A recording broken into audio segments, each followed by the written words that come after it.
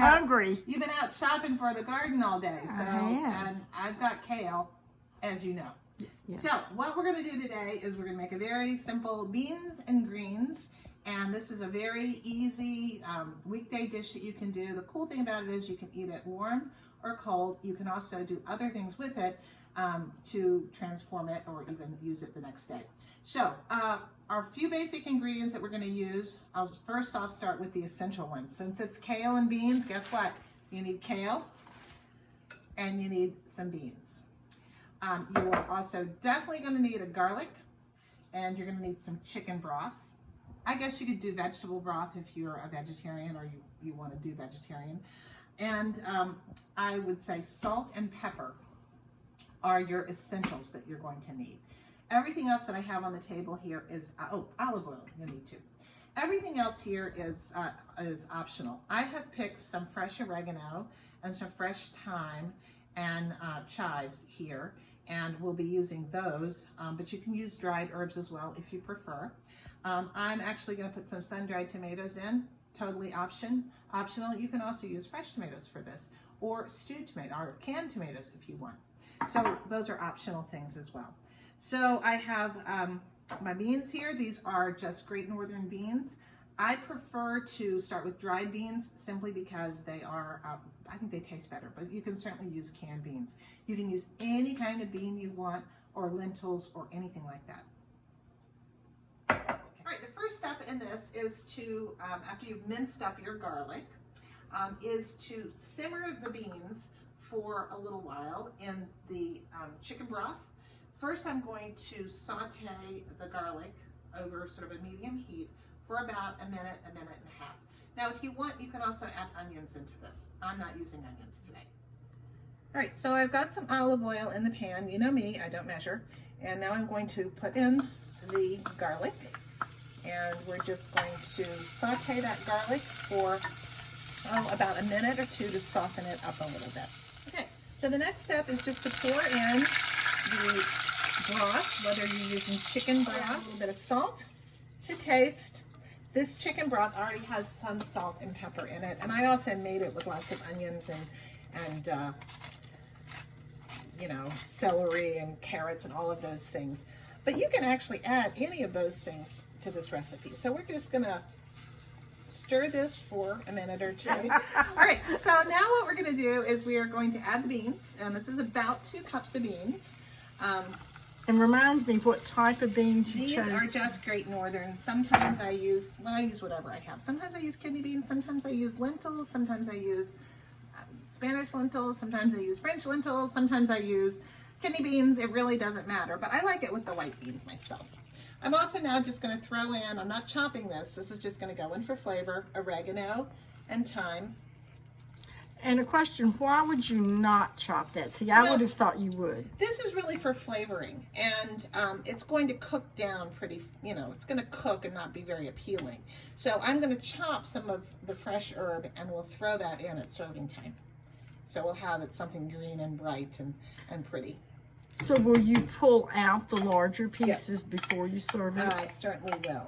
And if I had a bay leaf, which I don't, I would probably put the bay leaf in there too.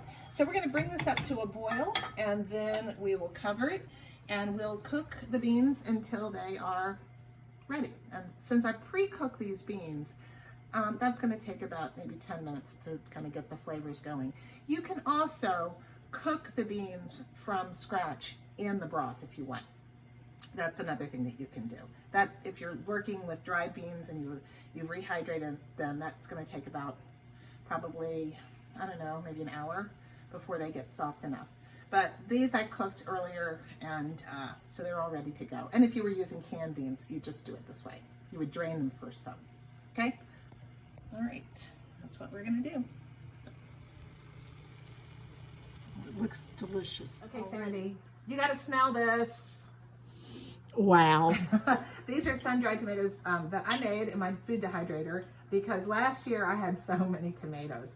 And some of these were the cherry tomatoes, some of them were just plum tomatoes, and I ended up with 3 quarts of sun-dried tomatoes, but they are so nice. So I just took a handful And I'm actually going to throw them, now that the broth is bubbling, I'm going to take the sun-dried tomatoes. I have chopped them up, and I'm going to put them into the broth. So there we go. But I like the punch that the sun-dried tomatoes. Okay, that's bubbling nicely, so we're going to turn it down, and we're just going to simmer it. Put the top on, and say, okay, sleep tight. Sandy, guess what? What? These are going home with you. All right. The next thing we're going to do is we're going to chop the kale. Now, what kind of kale do I have? All kinds of kale. I've got lacinato in here. I've got some premier. I've got some of the 1,000-head kale. That's this huge one. And it's all good. And yes, Sandy, I have washed the kale. So we're just going to chop this up. I'm going to cut that bigger stem off. Most of the stems, since I literally picked this kale about, well, right before we came over to take over my sister's kitchen again. Which we are thoroughly enjoying, I might add. Yeah, we're trying to clean up, Ella, as we go, but you know. All right, so now we have chopped up the kale, and it's just kind of in loose ribbons. And in a few minutes, we're going to put this in with the beans and the broth, and it's going to meld together very, very nicely. All right, so the next thing we're going to do is just get everything else ready to go. Let's see, I've already used my garlic. I'm just going to juice the lemon. Oh, that smells good. It does smell good. Thanks for the lemon, Ella. You said I could use it, so I am. All right, here's my lemon. Now I'm just going to chop up the remaining herbs. Again, the beans are bubbling away over there with the sun-dried tomatoes and the broth. So I'm just going to chop these, and these we're going to only throw in at the very, very, very last moment, right before we serve. Again, this is oregano and some thyme. Don't ask me which kind it is. I have English thyme, and I have German thyme, and I have some other kind of thyme, and I can't tell the difference, or I've forgotten. And now that we're both retired, we have plenty of time. I got all the time in the world, more or less, except for when I don't. Now, I do have a question relative to the cooking.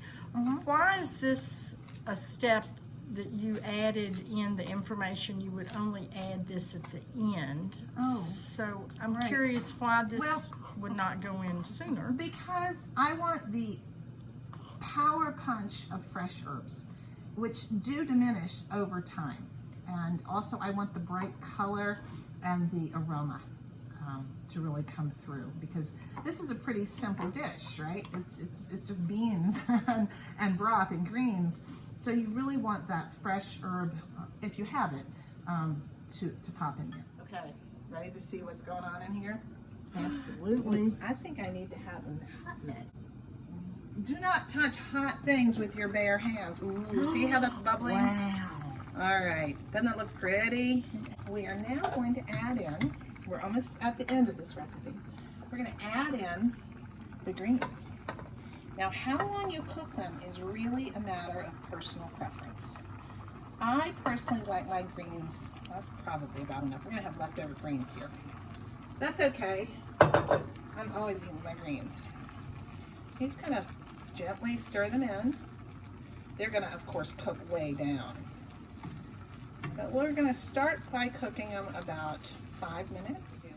All right, so now we're just going to put the top back on for a few minutes, and we're going to sit and chat about other things. Which we are not going to air. Okay, so this is what I do when I'm ready to serve this.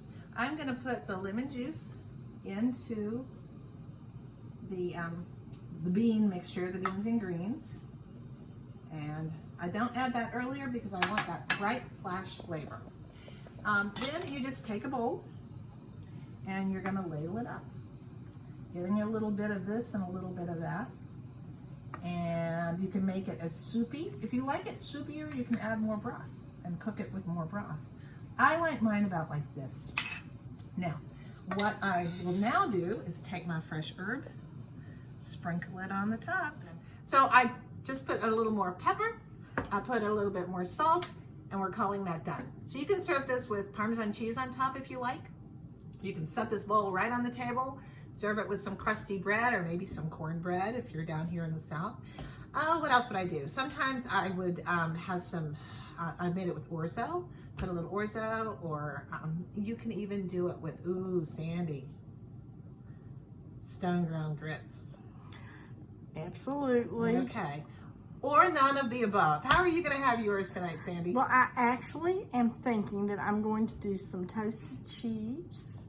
And you suggested open face, but I am a girl who likes her bread, so I'll probably just go for what I do is I just use a good cheese and some good bread and toast it up in the oven. Sometimes I even put a slice of tomato on, but we have tomato already in this, so I think I'm good. But I think a cool day, as we've had today, with some toasted cheese, and this will be a perfect dinner. Sounds good after a hard day of shopping for plants. It absolutely does. I mean, those hydrangeas will take it out again. And my only question is, Becky, what are you fixing Nelson and me for dinner tomorrow? Oh, well, maybe we'll do something with kale. Sounds like a plan. Okay. Thanks, Sandy.